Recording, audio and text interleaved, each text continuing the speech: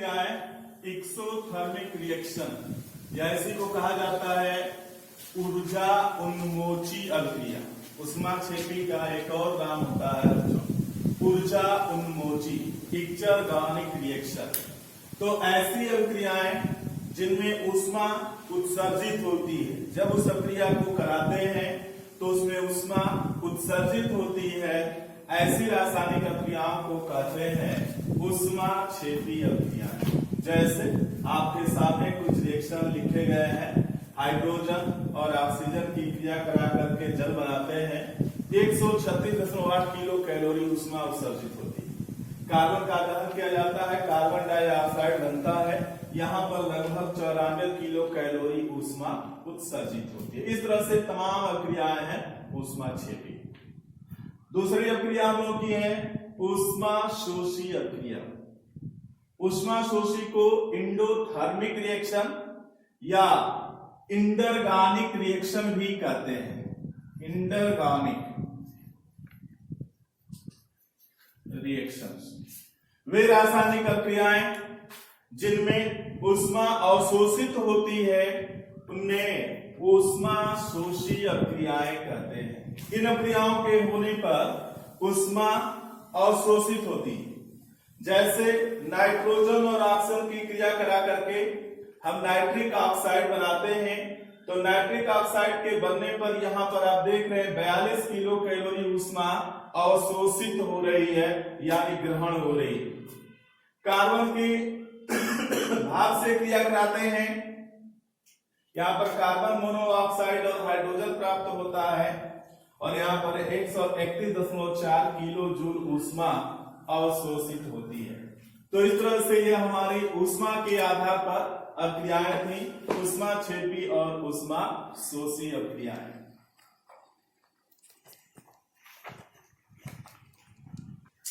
तो अगली अभिक्रिया हम लोग को पढ़नी है योगात्मक अभिक्रियाएं। क्रिया विधि के आधार पर यह हमारी पहली अभिक्रिया है योगात्मक अभिक्रियाएं, एडिशन रिएक्शंस। योगात्मक अभिक्रिया किसे कहते हैं? योगात्मक अभिक्रिया जैसा कि नाम से ही पता चल रहा है, योगात्मक यानी योग करना है, जोड़ना, यानी ऐसी रासायनिक अभिक्रिया जिसमें दो या दो से अधिक पदार्थों को परस्पर जोड़कर एक नया पदार्थ बनाया जाए, ऐसी रासायनिक अभिक्रिया को हम लोग कहते हैं योगात्मक अभिक्रिया। जैसा कि परिभाषा से स्पष्ट होता है कि वे रासायनिक अभिक्रियाएं जिनमें अणु तथा परमाणु परस्पर जुड़कर एक नया पदार्थ बनाते हैं, यानी यहाँ पर कुछ निकलेगा नहीं, सब आपस में जुड़ेंगे और एक तरह का पदार्थ बनेगा, ऐसे अभिक्रिया को योगात्मक अभिक्रिया कहते हैं। जैसे C2H4 यह एथिलीन है, एथिलीन की हाइड्रोजन के साथ योगात्मक क्रिया हो रही है, तो यहाँ पर एथिलीन और हाइड्रोजन परस्पर जुड़ रहे हैं और जुड़ करके क्या बन गया? C2H6 बन गया। C2H6 यह हमारा होता है एथेन। तो एथिलीन की हाइड्रोजन के साथ योगात्मक क्रिया कराने पर बन जाता है एथेन। यहाँ कोई पदार्थ निकला नहीं, दो पदार्थ थे, दोनों आपस में जुड़ गए, तो इसलिए यह अभिक्रिया कैसी अभिक्रिया कहलाएगी? योगात्मक अभिक्रिया कहलाएगी। दूसरी एग्जांपल आपका है C2H2 एसिटिलीन है।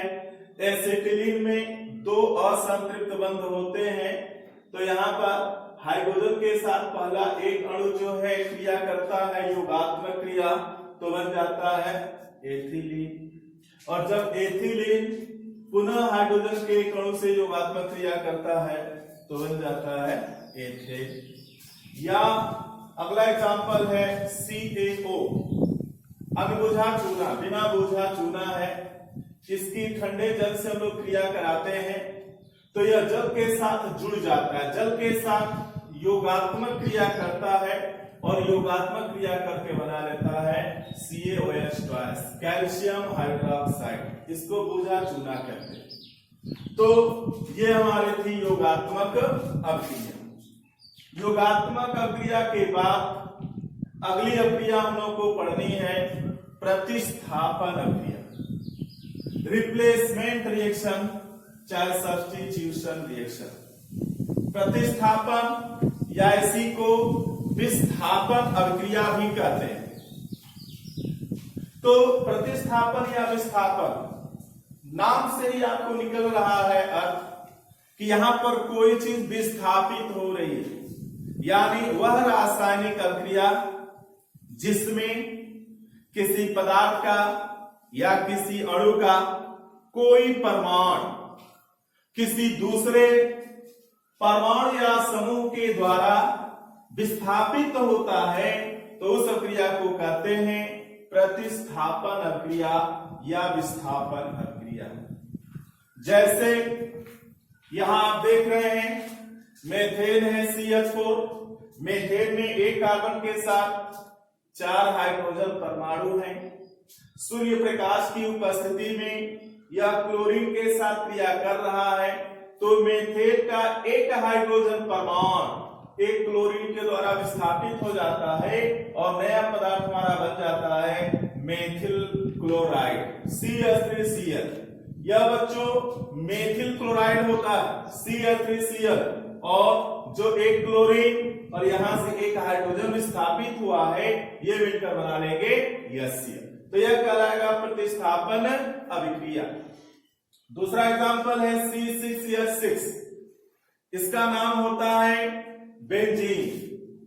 तो बेंजीन के सांद्र नाइट्रिक अम्ल से हम क्रिया कराते हैं, तो सांद्र नाइट्रिक अम्ल से क्रिया कराने पर बेंजीन का एक हाइड्रोजन परमाणु नाइट्रो समूह के द्वारा NO2 समूह इसमें होता है। HNO3 को तोड़ा जाए तो एक NO2 समूह होगा, और वह NO2 समूह बेंजीन के एक हाइड्रोजन परमाणु को विस्थापित कर देता है और C6H5 NO2 बन जाता है। बच्चों इसका नाम है nitrobenzene C6H5 NO2।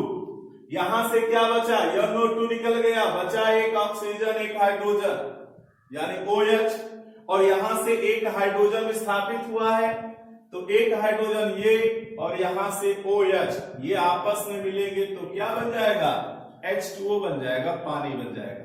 So this reaction is substitution reaction यानी प्रतिस्थापन अभिक्रिया। इसी तरह का एक एग्जांपल और है बेंजीन के सांद्र सल्फ्यूरिक अम्ल से क्रिया। तो यहाँ पर सल्फोनिक अम्ल समूह होता है, इस सल्फोनिक अम्ल समूह के द्वारा आपका बेंजीन का एक हाइड्रोजन परमाणु विस्थापित होता है और बेंजीन सल्फोनिक अम्ल बन जाता है और जल बन जाता है। यह अभिक्रिया थी प्रतिस्थापन अभिक्रिया। तुरंत फिर आप अगली अभिक्रिया हम लोग की है वियोजन अभिक्रिया। वियोजन अभिक्रिया इसको हम लोग कहते हैं डिसोसिएशन रिएक्शन। तो वियोजन अभिक्रिया किसे कहते हैं? वियोजन अभिक्रिया वह रासायनिक अभिक्रिया जिसमें किसी पदार्थ को गर्म करने पर पदार्थ का अणु दो या दो से अधिक सरल अणुओं में टूट जाता है तथा ठंडा करने पर वे सरल अणु पुनः मिल करके मूल अणु बना लेते हैं, यानी पहला वाला अणु फिर से बना लेते हैं। ऐसी अभिक्रिया को कहते हैं वियोजन अभिक्रिया, डिसोसिएशन रिएक्शन। यानी कहने का मतलब कि जो वियोजन अभिक्रियाएं हैं ये उत्क्रमणीय होती हैं। जैसे फास्फोरस पेंटाक्लोराइड का तापीय वियोजन है, अगर फास्फोरस पेंटाक्लोराइड को गर्म किया जाए तो गर्म करने पर यह फास्फोरस ट्राइक्लोराइड और Cl2 में वियोजित होता है। अगर इसको ठंडा किया जाए, टेम्परेचर को कम किया जाए, तो पुनः फास्फोरस ट्राइक्लोराइड और क्लोरीन ये मिल करके और फास्फोरस पेंटाक्लोराइड बना लेंगे। यानी यह अभिक्रिया हमारा हो गया वियोजन अभिक्रिया। गर्म करने पर यह आपका वियोजित हो रहा है, इसलिए इसको तापीय वियोजन या उष्मीय वियोजन भी कहते हैं। इसी तरह से हाइड्रोजन आयोडाइड का भी वियोजन है H2 और I2 में, और फिर H2 I2 मिल करके HI बना देगा। अगली अभिक्रिया हम लोग की है अपघटन अभिक्रिया, डिकम्पोजिशन रिएक्शन। अपघटन अभिक्रिया में क्या होता है, ये वियोजन अभिक्रिया का विपरीत होता है, उल्टा होता है। यानी अपघटन अक्रिया में वह रासायनिक अक्रिया जिसमें किसी पदार्थ को गर्म करने पर उस पदार्थ का अणु दो या दो से अधिक सरल अणुओं में तो टूटता है, लेकिन ठंडा करने पर, टेम्परेचर को कम करने पर जो सरल अणु होते हैं वो फिर से मिलकर के मूल अणु नहीं बनाते। ऐसी अक्रिया को कहते हैं अपघटन अभिक्रियाएं। यानी जो अपघटन अभिक्रियाएं होती हैं ये कैसी होती हैं? अनुत्क्रमणीय होती हैं, इरिवर्सिबल होती हैं, क्योंकि ये बैक डायरेक्शन में फिर वापस नहीं आती है। ऐसे क्रियाओं को कहते हैं अपघटन अभिक्रियाएं। जैसे KClO3 पोटेशियम क्लोरेट है, अगर इसको गर्म किया जाए तो यह पोटेशियम क्लोराइड और ऑक्सीजन में घटित हो जाता है। अगर इसको हम ठंडा करें तो फिर से ये मिलकर पोटेशियम क्लोराइड और ऑक्सीजन मिलकर के पोटेशियम क्लोरेट नहीं बना पाएंगे। उसी तरह से कैल्शियम कार्बोनेट को गर्म करने पर घटित होता है CaO और CO2 में, और ये फिर से मिलकर के CaCO3 नहीं बनाते। तो ये हमारा हो गया अपघटन अभिक्रिया। तो अगली अभिक्रिया है बच्चों हमारे उभय अपघटन अभिक्रिया, डबल डिकम्पोजिशन रिएक्शन। उभय अपघटन अभिक्रिया किसे कहते हैं? उभय अपघटन में क्या होता है कि इसमें दो पदार्थ होते हैं और दोनों पदार्थों के जो आयन होते हैं आपस में एक्सचेंज करके क्रिया करते हैं। यानी वह रासायनिक अभिक्रिया जिसमें आयनों का विनिमय होता है उसे उभय अपघटन अभिक्रिया कहते हैं, चाहे उभय अपघटन अभिक्रिया कहलाती है। अर्थात एक पदार्थ का धन भाग दूसरे पदार्थ के ऋण भाग से और दूसरे पदार्थ का धन भाग पहले पदार्थ के ऋण भाग से क्रिया करेगा और क्रिया करके नया पदार्थ बनाएगा। यानी यहाँ आयनों का यानी धन और ऋण भागों का एक्सचेंज होगा, अदला बदली होता है। ऐसे क्रियाओं को कहते हैं डबल डिकम्पोजिशन रिएक्शन यानी उभय अपघटन अभिक्रिया। जैसा एग्जांपल के माध्यम से आप समझ सकते हैं, सिल्वर नाइट्रेट की NaCl विलयन से क्रिया कराई जा रही है। तो सिल्वर नाइट्रेट बच्चों सामान्यतः जो होता है, कोई पदार्थ लिखा जाता है तो उस पदार्थ में जो प्रारंभिक भाग होता है वह धनात्मक होता है और जो अंत का भाग होता है वह ऋणात्मक होता है, कुछ अपवादों को छोड़कर। समानतः ये होता है। तो जैसे सिल्वर नाइट्रेट है तो इसमें सिल्वर धन भाग है, चूंकि यह धातु है तो धातुएं धन विद्युतीय होती है, ये धन भाग है, और यह जो नाइट्रेट वाला भाग है NO3 यह आपका ऋण भाग है। तो पहले का धन भाग और यह क्रिया करेगा दूसरे के ऋण से। तो देखिए सोडियम क्लोराइड में पहला भाग सोडियम है, दूसरा क्लोरीन है। सोडियम धन भाग और क्लोरीन ऋण भाग। तो पहले का धन दूसरे के ऋण से क्रिया कर रहा है, यानी सिल्वर जो है क्लोराइड से क्रिया करेगा और बना लेगा सिल्वर क्लोराइड, और पहले का ऋण भाग दूसरे के धन से क्रिया कर रहा है, यानी नाइट्रेट सोडियम से क्रिया कर रहा है। तो नाइट्रेट सोडियम नहीं लिखते हैं, पैटर्न के अनुसार सोडियम नाइट्रेट पहले धन वाले को तब ऋण भाग को लिखते हैं। तो हमारा यह सूत्र बन गया सोडियम नाइट्रेट। इसी तरह से अगला एग्जांपल है बेरियम क्लोराइड की तनु सल्फ्यूरिक अम्ल से क्रिया। बेरियम क्लोराइड के विलयन में तनु H2SO4 मिलाया जाता है, सफेद अवक्षेप आ जाता है बेरियम सल्फेट का। देखिए तो यहाँ पर बेरियम क्लोराइड में बेरियम धन भाग है, क्लोरीन ऋण भाग है। सल्फ्यूरिक अम्ल में हाइड्रोजन आपका धन भाग होता है, सल्फेट SO4 ऋण होता है। तो बेरियम जो धन है यह सल्फ्यूरिक अम्ल के ऋण भाग से यानी सल्फेट से क्रिया करेगा, यानी बना लेगा बेरियम सल्फेट BaSO4, और बेरियम क्लोराइड का ऋण भाग यानी क्लोरीन यह सल्फ्यूरिक अम्ल के धन भाग यानी हाइड्रोजन से क्रिया करेगा और यहां बन जाता है HCl। तो बच्चों यह हम लोग का था उभय अपघटन अभिक्रिया। नेक्स्ट अभिक्रिया हमारी है रेडॉक्स अभिक्रिया, रेडॉक्स रिएक्शन। यह रेडॉक्स रिएक्शन होता क्या है, डिटेल आप लोगों को आगे पढ़ना है। यहां पर रेडॉक्स जो होता है यह रेडॉक्स दो अभिक्रियाओं का मिश्रण, यह दो शब्दों से मिलकर बना है रेड धन ऑक्स। रेड का मतलब होता है यहां पर अभिक्रिया है रिडक्शन, और ऑक्स का मतलब यहां पर एक अभिक्रिया होती है ऑक्सीडेशन। ऑक्सीडेशन माने होता है ऑक्सीकरण, और रिडक्शन माने होता है अपचयन। अभी ऑक्सीडेशन और रिडक्शन को हम परिभाषित करेंगे, पहले रिडॉक्स को समझ लीजिए। तो रेडॉक्स रिएक्शन जो होता है, या रेडॉक्स शब्द दो शब्दों से मिलकर बना है रेड धन ऑक्स। इस रेड धन ऑक्स का तात्पर्य आप शाब्दिक अर्थ नहीं लगाएंगे, रेड माने लाल और ऑक्स। यहां पर रेड संक्षिप्त रूप है रिडक्शन का, और ऑक्स संक्षिप्त रूप है ऑक्सीडेशन का। तो oxidation is a phenomena and reduction is a phenomena that is called अपचयन एंड दैट इज कॉल्ड ऑक्सीकरण। तो ऑक्सीकरण और अपचयन दोनों को मिला करके रिडॉक्स कहा गया, अर्थात वह रासायनिक अभिक्रिया जिसमें ऑक्सीकरण तथा अपचयन दोनों अभिक्रियाएं साथ साथ होती हैं, यानी एक ही रासायनिक अभिक्रिया में किसी पदार्थ का ऑक्सीकरण हो, किसी पदार्थ का अपचयन हो, यानी ऑक्सीकरण अपचयन दोनों अभिक्रियाएं एक ही रिएक्शन में हैं, तो ऐसे अभिक्रिया को हम लोग कहते हैं रेडॉक्स अभिक्रिया। जैसे एक एग्जांपल आपके सामने लिखा गया है, SnCl2 धन 2FeCl3 बन रहा है SnCl4 धन 2FeCl2। बच्चों यह जो है संतुलित समीकरण लिखा गया है, यहाँ पर जो दो आप देख रहे हैं यह अभिक्रिया को संतुलित करने के लिए लिखा गया है।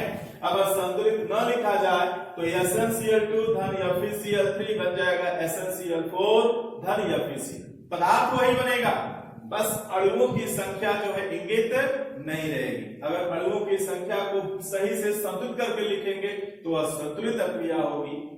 तो यहां पर आप देख रहे हैं कि SnCl2 का परिवर्तन हो रहा है SnCl4 में, SnCl2 से SnCl4। स्टेनस क्लोराइड इसका नाम होता है, और यहां पर SnCl4 का नाम होता है स्टेनिक क्लोराइड, यानी स्टेनस क्लोराइड का परिवर्तन स्टेनिक क्लोराइड में हो रहा है।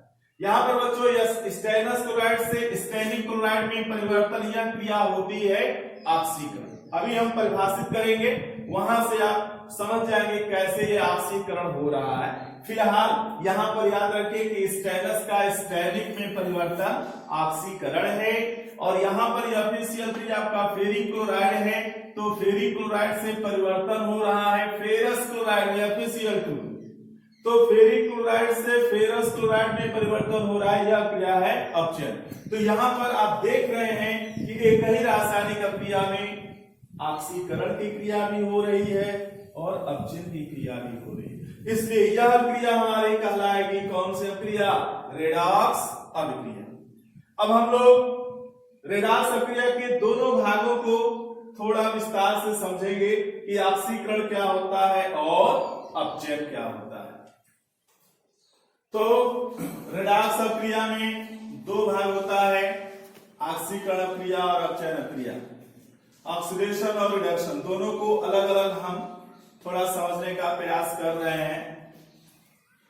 ऑक्सीकरण अपचयन को समझने के लिए इसमें कई कॉन्सेप्ट है, संकल्पना है। जैसे एक हम लोग का ओल्ड कॉन्सेप्ट होता है और एक मॉडर्न कॉन्सेप्ट, पुरानी संकल्पना और आधुनिक संकल्पना। जो पुरानी संकल्पना है, पुरानी संकल्पना यह कहती है कि वह प्रक्रम जिसमें किसी परमाणु, अणु या आयन में ऑक्सीजन जुड़ता है, तो ऑक्सीजन जुड़ने की क्रिया को ऑक्सीकरण, और यदि हाइड्रोजन जुड़ता है तो हाइड्रोजन जुड़ने की क्रिया अपचयन कहलाती है। ये ओल्ड कॉन्सेप्ट है। कोई क्रिया हो रही है, उस क्रिया में यदि ऑक्सीजन जुड़ रहा हो तो आप कह सकते हैं कि यह ऑक्सीकरण है, और यदि हाइड्रोजन जुड़ रहा हो तो कह सकते हैं कि यह अपचयन। जैसे कार्बन है, इसमें ऑक्सीजन जुड़ रहा है, C(O2) बन गया CO2, तो यह हमारा ऑक्सीकरण हो गया। वहीं पर अगर कार्बन है और धन 2s2 और बन गया CH4। तो यहां पर हम कह सकते हैं कि हाइड्रोजन जुड़ रही है, इसका मतलब यह क्रिया अपचयन की है, ऑक्सीकरण और अपचयन। ये पुरानी संकल्पना है। इसी को दूसरे रूप में ऐसे भी कह सकते हैं कि जैसे ऑक्सीजन का जुड़ना ऑक्सीकरण है, तो यदि किसी अक्रिया में किसी प्रक्रम में ऑक्सीजन न जुड़े बल्कि ऑक्सीजन निकल रही है, तब क्या कहेंगे? तब ऑक्सीकरण का उल्टा हो जाएगा अपचयन। यानी ऑक्सीजन का जुड़ना ऑक्सीकरण, और यदि किसी प्रक्रिया में ऑक्सीजन निकल रही है तो वह क्रिया कहलाएगी अपचयन। और जैसे हाइड्रोजन का जुड़ना अपचयन कहलाता है, यदि किसी प्रक्रम में किसी अक्रिया में हाइड्रोजन जुड़ने की बजाय निकल रहा हो तो उस स्थिति में वह क्रिया कहलाएगी ऑक्सीकरण। यानी दोनों को मिलाकर हम ये कह सकते हैं कि ऑक्सीजन जुड़ने अथवा हाइड्रोजन निकलने की प्रक्रिया को ऑक्सीकरण कहते हैं, और हाइड्रोजन जुड़ने अथवा ऑक्सीजन निकलने की प्रक्रिया को अपचयन कहते हैं। ठीक है। अगर मान लो कोई अक्रिया है, उस अक्रिया में न तो ऑक्सीजन जुड़ रही है न ऑक्सीजन निकल रही है, न तो हाइड्रोजन जुड़ रही है न हाइड्रोजन निकल रही है। अब आप कैसे समझेंगे कि ये अक्रिया ऑक्सीकरण की है कि अपचयन की है? तो उसके लिए बच्चों आपको ध्यान देना होगा कि जो हमारा ऑक्सीजन और हाइड्रोजन है, इसमें हाइड्रोजन को क्या माना गया है? धन विद्युतीय तत्व या ऋण विद्युतीय तत्व। तो आप जानते हैं हाइड्रोजन को धन विद्युतीय माना गया है और ऑक्सीजन को ऋण विद्युतीय, इसलिए कि हाइड्रोजन की जो विद्युत ऋणात्मकता है वह ऑक्सीजन से कम है, ऑक्सीजन की विद्युत ऋणात्मकता हाइड्रोजन की तुलना में बहुत अधिक है। तो ऑक्सीजन इज मोर इलेक्ट्रोनेगेटिव, अर्थात यह ऋण विद्युतीय तत्व माना जाता है और हाइड्रोजन उसके सापेक्ष धन विद्युतीय। तो यदि किसी प्रक्रम में हाइड्रोजन और ऑक्सीजन न हो तो कोई न कोई दूसरा आपका तत्व होगा, परमाणु होगा, तो आप ऐसे पहचानेंगे कि वह धन विद्युतीय है कि ऋण विद्युतीय। अब हाइड्रोजन धन विद्युतीय है तो हाइड्रोजन के स्थान पर कोई दूसरा धन विद्युतीय तत्व होगा, तो जो हाइड्रोजन की प्रक्रिया होगी वही प्रक्रिया उस धन विद्युतीय की मानी जाएगी, और ऑक्सीजन के स्थान पर कोई दूसरा ऋण विद्युतीय होगा, उसकी प्रक्रिया ऑक्सीजन के समान मानी जाएगी। यानी कोई धन विद्युतीय तत्व जुड़ता है तो अपचयन, और कोई ऋण विद्युतीय तत्व जुड़ता है तो ऑक्सीकरण। ये ओल्ड कॉन्सेप्ट है, लेकिन जो मॉडर्न कॉन्सेप्ट है वह हमारा इलेक्ट्रॉनिक कॉन्सेप्ट है, इलेक्ट्रॉनिक संकल्पना। इस इलेक्ट्रॉनिक संकल्पना के अनुसार ऑक्सीकरण और अपचयन किसे कहते हैं? तो इलेक्ट्रॉनिक संकल्पना के अनुसार किसी परमाणु, अणु या आयन में एक या एक से अधिक इलेक्ट्रॉन त्यागे जाते हैं, तो इलेक्ट्रॉन त्यागने की प्रक्रिया को हम लोग कहते हैं ऑक्सीकरण। जैसे सोडियम परमाणु है, यदि हमने अंदर से एक इलेक्ट्रॉन त्याग दे, निकाल दे, तो यह सोडियम आयन में बदल जाता है, इस पर एक धन चार्ज आ जाएगा, एक इलेक्ट्रॉन त्याग रहा है। मैग्नीशियम है, यह 2 इलेक्ट्रॉन त्याग दे, इसके बाद तो उसमें 2 इलेक्ट्रॉन होता है, तो इस पर 2 धन चार्ज आ जाएगा, 2 इलेक्ट्रॉन त्याग रहा है। इसी तरह से एल्युमिनियम 3 इलेक्ट्रॉन त्याग रहा है, यानी एक या एक से अधिक इलेक्ट्रॉन त्यागने की प्रक्रिया। उसी तरह से इलेक्ट्रॉनिक संकल्पना के अनुसार अपचयन जो होता है, एक या एक से अधिक इलेक्ट्रॉन ग्रहण करने की प्रक्रिया होता है। जब किसी प्रक्रम में किसी परमाणु, अणु या आयन द्वारा एक या एक से अधिक इलेक्ट्रॉन ग्रहण किए जाते हैं तो इस प्रक्रिया को हम लोग कहते हैं अपचयन। जैसे क्लोरीन परमाणु है, यह एक इलेक्ट्रॉन ग्रहण कर रहा है तो बन जा रहा है क्लोराइड आयन। तो क्लोरीन का क्लोराइड में क्या हो रहा है, अपचयन हो रहा है। ऑक्सीजन परमाणु है, यह 2 इलेक्ट्रॉन ग्रहण कर रहा है, तो यहाँ पर ऑक्साइड आयन बन रहा है। ऑक्सीजन परमाणु का ऑक्साइड आयन में अपचयन हो रहा है। इसी तरह से नाइट्रोजन परमाणु 3 इलेक्ट्रॉन ग्रहण करके नाइट्राइड आयन बना रहा है। इसी तरह से बच्चों देखिए ये फेरिक आयन है Mp+3। फेरिक आयन यदि 1 इलेक्ट्रॉन ग्रहण कर ले तो इस पर चार्ज 1 कम हो जाएगा धन, या Fe+2 बन जाएगा, फेरस आयन बन जाएगा। यानी फेरिक का फेरस में क्या हो रहा है, अपचयन हो रहा है। इसी तरह से Sl+4 हमारा स्टैनिक आयन होता है, जैसे स्टैनिक क्लोराइड SnCl4 और स्टेनस क्लोराइड SnCl2 था, तो वहां से स्टैनिक आयन और यह स्टेनस आयन है, स्टैनिक पर 4 धनावेश है, यह 2 इलेक्ट्रॉन को ग्रहण कर लेगा, तो यहाँ पर 2 धन जो है कम हो जाएगा, तो आपका बन जाएगा Sn पर 2 धन 4, यानी स्टेनस। कहने का मतलब कि स्टैनिक का स्टेनस आयन में जो परिवर्तन हो रहा है, यह क्रिया का हो गई, हमारा हो गया अपचयन। तो स्टेनस का स्टैनिक में होता है अपचयन। तो यह ऑक्सीकरण और अपचयन अभिक्रिया थी। इस चैप्टर का लास्ट टॉपिक बच्चों रासायनिक समीकरण। समीकरण किसे कहते हैं, हालांकि इसको हम लोग प्रीवियस क्लासेस में पढ़े हुए हैं, लेकिन समीकरण क्या होता है भी हमने रासायनिक अभिक्रिया पर चर्चा किया, रासायनिक अभिक्रिया को पढ़ा। समीकरण क्या होता है, किसी भी रासायनिक अभिक्रिया में हमारे क्रिया कारक होते हैं, क्रिया करने वाले पदार्थ होते हैं, और उनसे कोई नया पदार्थ बनता है, तो क्रिया करने वाले पदार्थों को अभिकारक कहा जाता है, और जो नया पदार्थ बनता है उसे उत्पाद कहते हैं।